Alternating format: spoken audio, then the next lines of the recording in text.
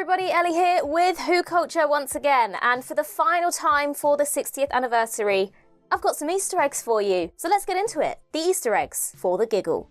Number 38. So we first meet the inventor of television, Mr. John Logie Baird, played by John McKay. Now this has got a cool connection to another Russell T Davies project, Nolly, because John McKay starred in that TV show as John Logie Baird. And Russell T Davies has confirmed that in his mind, this is canon, this is a crossover of worlds, and that this is the same John Logie Baird. How cool is that? Number 37. So obviously we learned last week that Bernard Cribbins had only managed to film one scene for the 60th anniversary, which we saw at the end of Wild Blue Yonder. So in the beginning of this episode, we do see Wilf, but there's clearly a stand-in, a body double, in the place of Bernard Cribbins here. However, we do hear some off-screen dialogue from Wilf, and he says, "You go with the doctor. You keep your family safe. You go with the doctor."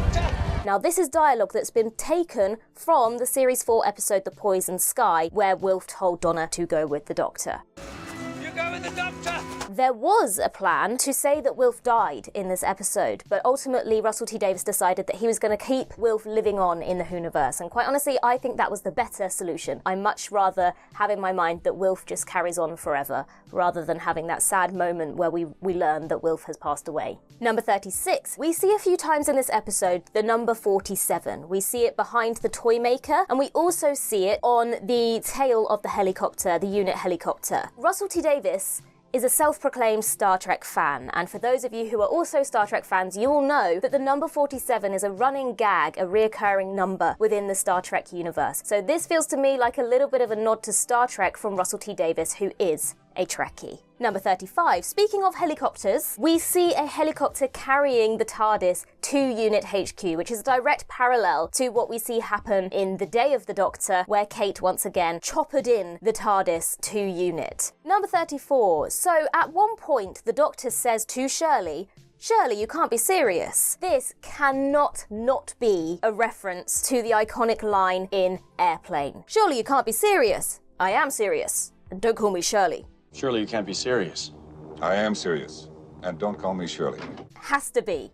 Come on, it has to be. Number 33, back onto Kate now, and when she meets 14, she says, "I fought them all, robots and insects and yetis and clones." Yetis, probably a reference to the introduction of Kate Lethbridge Stewart, which was not the iteration that we see here, played by Gemma Redgrave, but actually in the 1995 home video release, which was a spin-off of Doctor Who called Downtime. Clones could very clearly be a reference to the Zygons that we have seen Kate interact with on multiple occasions, and obviously first in The Day of the Doctor. Robots. Now obviously this could refer to Cybermen. We've seen Kate interact with the Cybermen with the 12th Doctor, but also she has faced robots in some of the extended media, such as the Quarks, so a couple of possibilities there. And then insects is quite likely a reference to the Big Finish story, Hosts of the Wirren, where they fight these creatures that literally are giant insects. Number 32. So the Doctor meets his old companion Melanie Bush, who is played by Bonnie Langford. She first appeared in the 1986 story Terror of the Vervoids alongside the 6th Doctor, and then she departed a year later in a story called Dragonfire, and then Ace took over as the companion. Now she did very, very briefly return in that companion support group at the end of The Power of the Doctor, and we do know that she's set for future appearances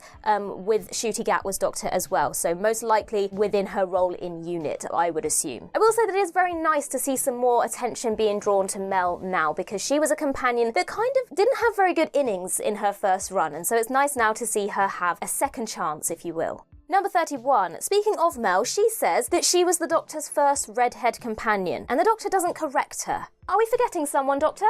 Or maybe even someone else? Just saying. Number 30. So the Doctor and Donna, they walk into this massively upgraded Unit HQ, and we have these screens in the background that are playing lots of newsreels of all the terror that's going on in the world. And we see a reel from AMNN News Network, so American News Network, which was a very prominent news network that we saw in Russell T Davies's first era as showrunner. And the host for that channel was Trinity Wells, who we will come back to in a minute. Number 29. So also inside Unit HQ, we have have one of the most randomly inserted robots in Doctor Who history in the form of the Vinkx. We really don't know very much about the Vinkx at this point, but producer Phil Collinson has confirmed in the commentary for the episode, UNIT basically found the Vinkx in the wreckage of a spaceship, so we know that he's in some ways alien. And Russell T Davies has also confirmed that we will be seeing the Vinkx again, but it will be slightly upgraded. So that's very interesting, and I'm glad we're going to see a bit more of the Vinkx, because if that was all we saw, it seemed very random and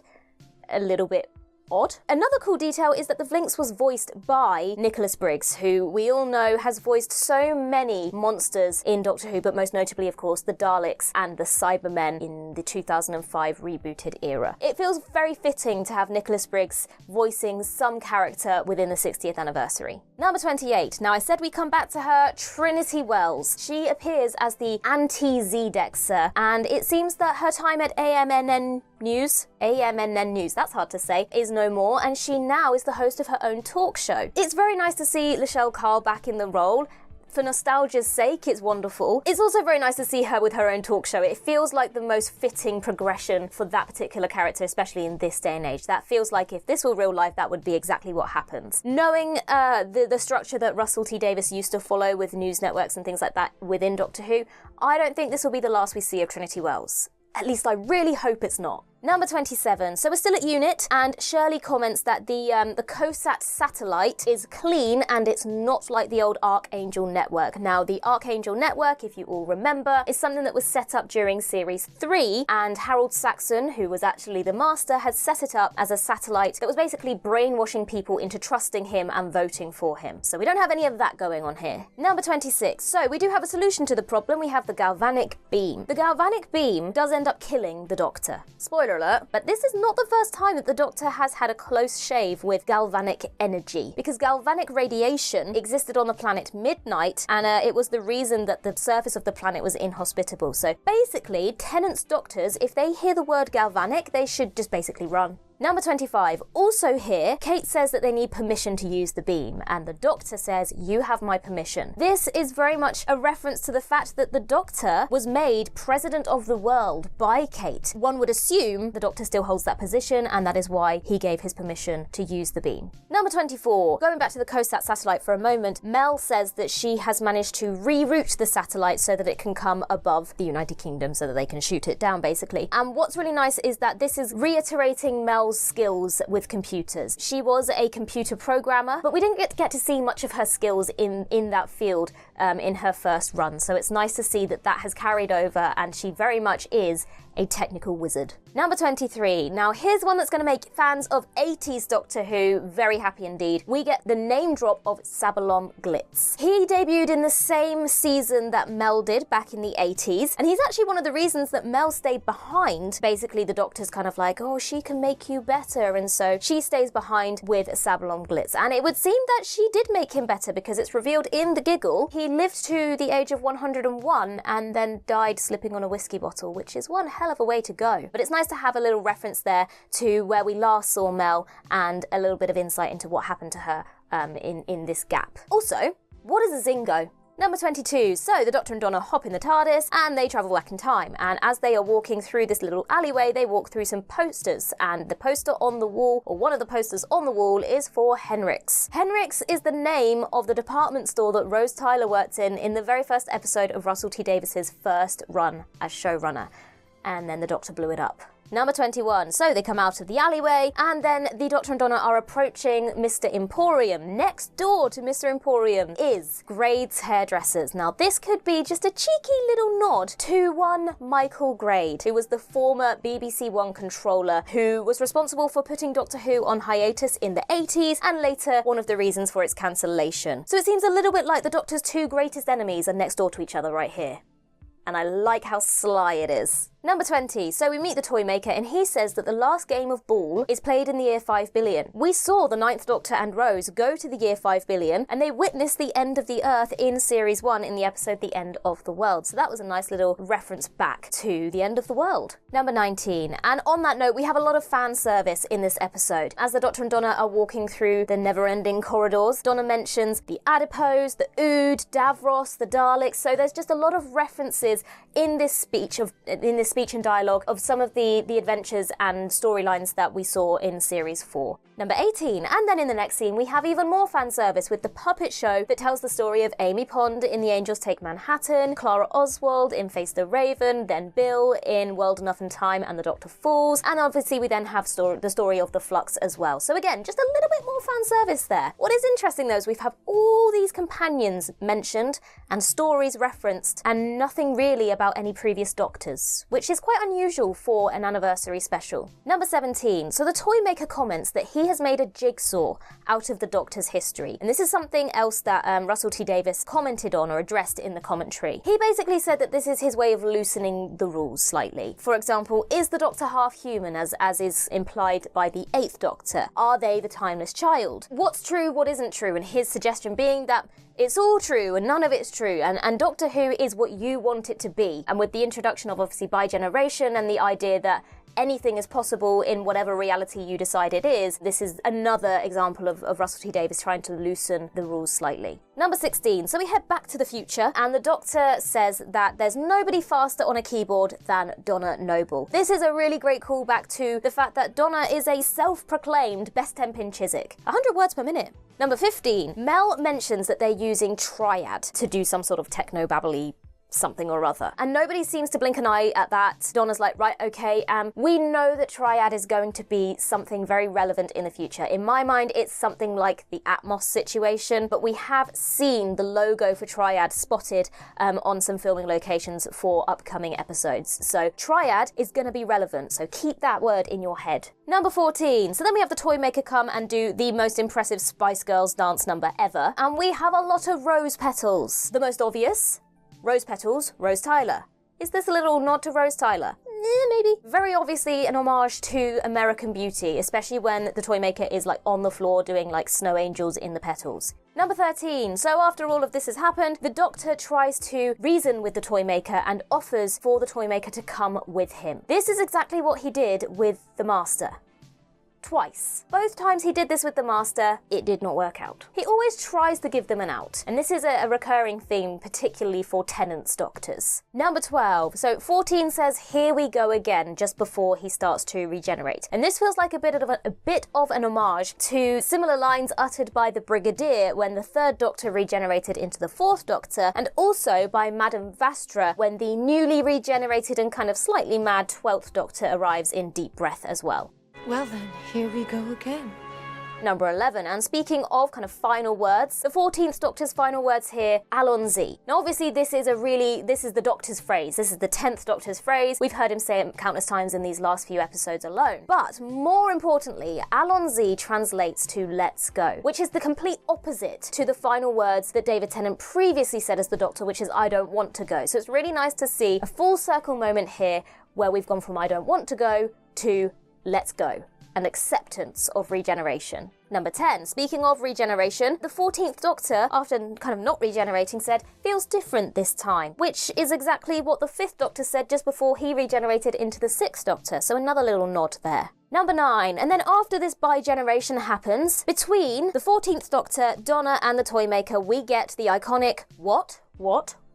It kind of needed to be done, didn't it? This has become a thing that always gets said, particularly by David Tennant's Doctor. Again, we've heard it a few times already, just in the last few episodes. This felt like the perfect way to do it, and especially because it was split between 3 different characters. It was a brilliant what. Number 8, so speaking of the bigeneration, Russell T Davies basically confirmed that this has actually happened for every Doctor, every other Doctor at some point in their timeline. So essentially, every Doctor is still out there living their life somewhere, with their own TARDIS and their in this kind of expanded Doctorverse. But if you want a little bit more information on that particular situation, then head over to our video that was released on Monday discussing the bigeneration and what that means for the future of the show. I think I was supposed to point up here. Number 7, so right as the Toymaker is defeated and he's kind of folding back, he says, my legions are coming. And Russell T Davies has basically confirmed in the future there will be these kind of supernatural storylines and episodes coming where the rules will be broken and these will involve the Toymaker's legions. That's very exciting. I'm looking forward to whatever those stories might be. Number 6, so once the Toymaker is destroyed, we see a hand with red fingernails who seems to be hovering over London because the positioning is very strange, picking up the Toymaker's golden tooth, which we know contains the Master. Now this is definitely a reference almost identical to the same shot that we saw at the end of the Series 3 finale, Last of the Time Lords, where we saw a hand with red fingernails pick up the ring that contained the essence of the Master and was able then to bring him back later on.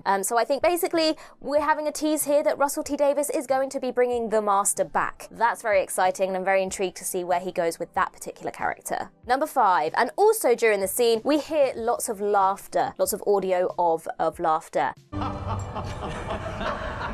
Some of them are easier to make out than others. I think we definitely might have John Sims Master in there. There is a more feminine sounding one in there, so perhaps Missy, but it definitely feels like some foreshadowing that the Master is gonna return. Number 4, so we have a whole load more fan service in the scene where 15 and 14 are talking about things that have happened in the past and why the Doctor needs to stop and take a moment. Mentions of the Doctor being put on trial, which obviously happened to the 6th Doctor in Trial of a Time Lord. Then being exiled, which obviously happened to the 2nd Doctor during his regeneration. The Key to Time, which was a 4th Doctor story. We have the devastation of Logopolis. We have mentions of Adric. River Song. Yes, I absolutely screamed when I heard that name. Sarah Jane Smith, Rose, the Time War, the Pandorica, Mavic Chen, and we also had mentions of the Gods of Ragnarok. It is worth noting this is the first mention of Sarah Jane Smith since the End of Time Part 2, where we saw her on that farewell tour, and also hearing that the Doctor loved her. It was just very sad. Number 3, so then we have the 14th Doctor having dinner with the Temple Noble family and telling a story about aliens that communicate using only their eyebrows. Now, in Spearhead from Space, the 3rd Doctor mentions the planet Delphon, which is home to a species that communicate with their eyebrows, so maybe that's where they went. Number 2, also during this dinner party scene, we have something very sneaky. Now, do you remember at the beginning of the Starbeast, we had this kind of opening recap to refresh memories on Series 4 and Donna's life back on Earth. Now, do you remember this particular image of Rose? That's taken from this scene. That is 100% from this scene. So rather than a flashback, that was actually a flash forward, which is really timey-wimey. Also just kind of hammers home the fact that this recap was a last-minute addition. Yeah, it seems to me to kind of highlight the fact that this was a last-minute addition, so they just took a clip of what they already had of Rose. And finally, number 1 has to go to Bernard Cribbins once again. Grandad is off shooting moles. Bernard Cribbins narrated and voiced the characters in The Wombles. I don't know if they were specifically stated to be moles, but they very much were mole-like creatures, and this feels like a really dark nod to Bernard Cribbins and his involvement with The Wombles. And there's all the Easter eggs that we managed to find, of course. Let us know if you've spotted some that we didn't, and also go check out our ending explained video that came out on Monday if you're a bit confused about the whole bigeneration situation. In the meantime, I've been Ellie with WhoCulture, and in the words of River Song herself, goodbye, sweeties.